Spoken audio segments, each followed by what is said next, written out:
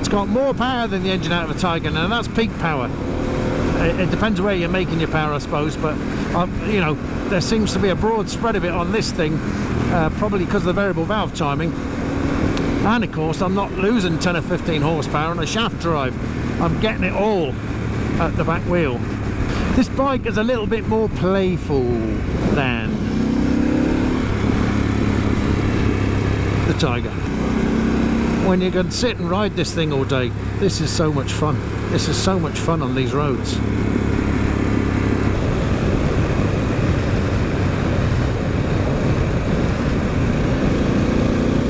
Yeah, I think I can feel a bit of wind around my shoulders and stuff, which is great on a hot day like today. I'd see if there was some sort of lip I could get on that screen, just to see if I could push the air a bit more. But on a day like today, oh, honestly, you don't care. It's a scorcher. You do get noticed on this bike. I've seen a few people at the cafe there having a good gawk at the bike. There we go. Lovely clutch. Lovely, lovely, lovely clutch. Well, I have to say I'm quite taken by this bike. I'm very taken by its character.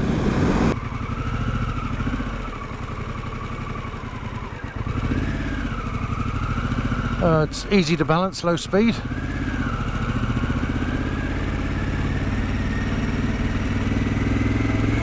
Yeah, it's easy to balance the bike actually.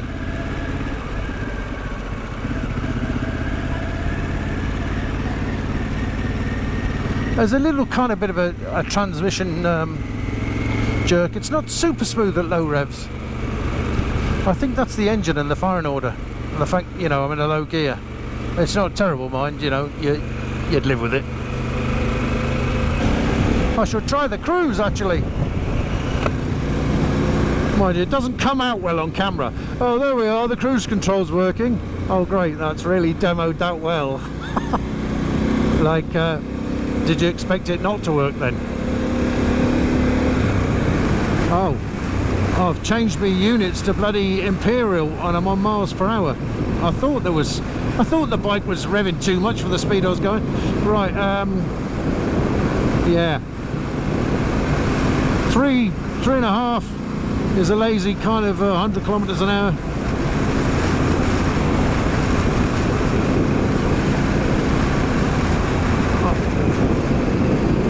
So this thing's not revving the crap out of itself at cruising speed. That'd be great. So cruise on,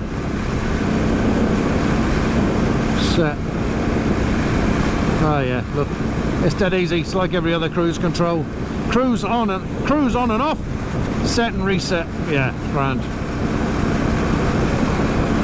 Perfect. Can I nip up?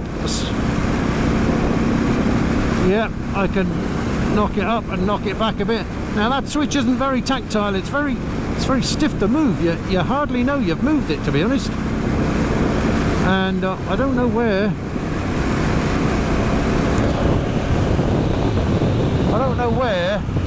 What I'm looking at. It's telling me cruise is on, but I can't see anywhere where it's telling me my cruise speed is set up. So I guess the only thing I'm doing is I'm using the regular speedo to gauge where I want my cruise, which is fine. I better, when I get the opportunity, I should pull over and put my units back into metric, because I've changed my speedo to miles per hour. Let's go over here and do it. Right. Appearance, Bluetooth, phone notification software, units, standard and metric. So metric's like non-standard.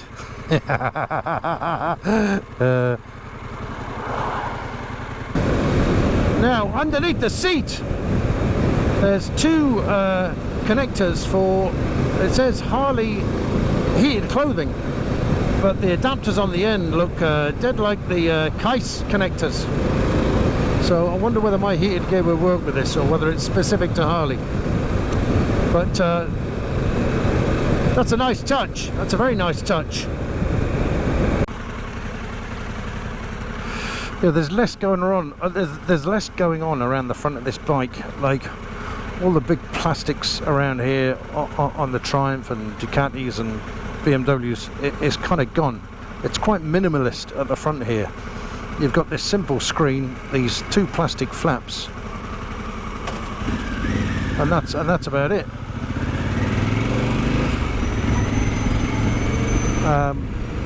They've gone kind of quite lightweight and simple at the front there, and yeah, it's nice. No better or worse, it's just different. And you're right about what they say about that ugly front. You don't see it when you're sitting on the bike. But as I say, when I stopped off, it grows on you. And I don't think I'd look back on the garage at the bike and go, oh Jesus, what did I buy that for? You see, it'd be interesting to know how the bike would be two up with a load of aluminium luggage. See how it coped in that respect. Is this better than a Triumph Tiger 1200? I wouldn't say that. Is a Triumph Tiger 1200 better than this? I wouldn't say that either. They approach the job in two different ways, and I'm delighted that Harley have gone their own way and not tried to be a GS beater. So this is what we're producing, and this would be my thoughts. That this is what we're producing. Take it or leave it. Buy it if you like it, don't buy it if you don't. But I think they've made a bike that will appeal to a lot of people. A new bunch, and I reckon a lot of existing Harley buyers would go for this, especially in Europe, where Harleys aren't really associated with bikers, if you know what I mean. And I reckon if you had a pile of these at Harley events, the hog events, the owners would be warmly welcomed. So if you're interested in a test drive, they have two of these. I'm on the orange and white version. Well, they have three of them actually, but I think there's two demo ones. I'm on the orange and white one. They have a black one, I think the other one is, and they have a dark green, or olive green one in the showroom. That looks really nice. I like that paint job.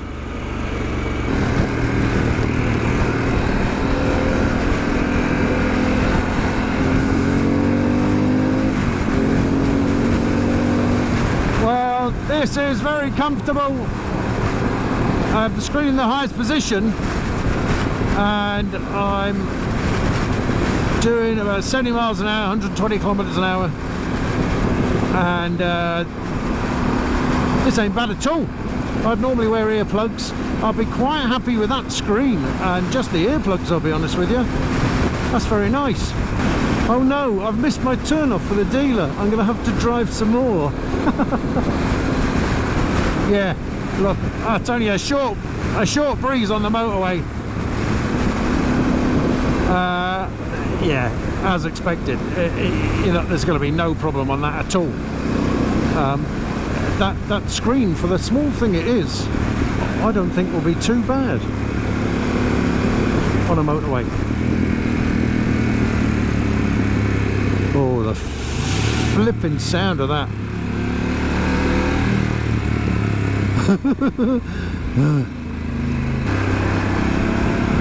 Don't turn left yet. Yeah, there's a big lorry on your left. Okay, under there's a traction control off button and a voice command button. I guess if you have your phone all hooked up and stuff like that. Right, that's been my first test drive of a motorbike since I bought my Tiger. And as is my way, I shall put the petrol back in the tank. I know they won't expect me to, but I think that's a reasonable thing to do if they're going to let you have your bike for a few hours. Well, very impressed. Very impressed with that machine. Lovely sound off this engine.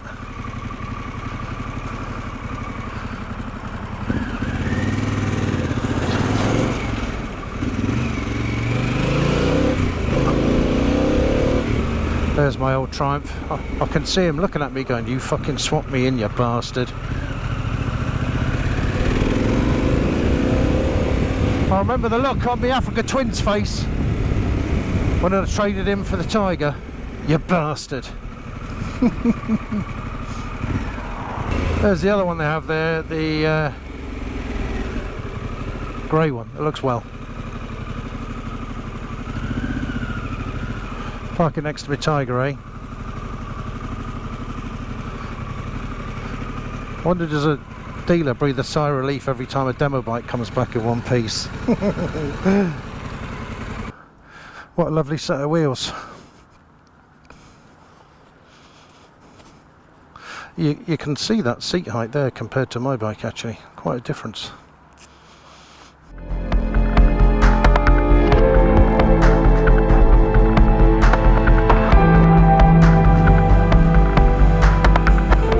Well, that's the end of my Pan America test drive.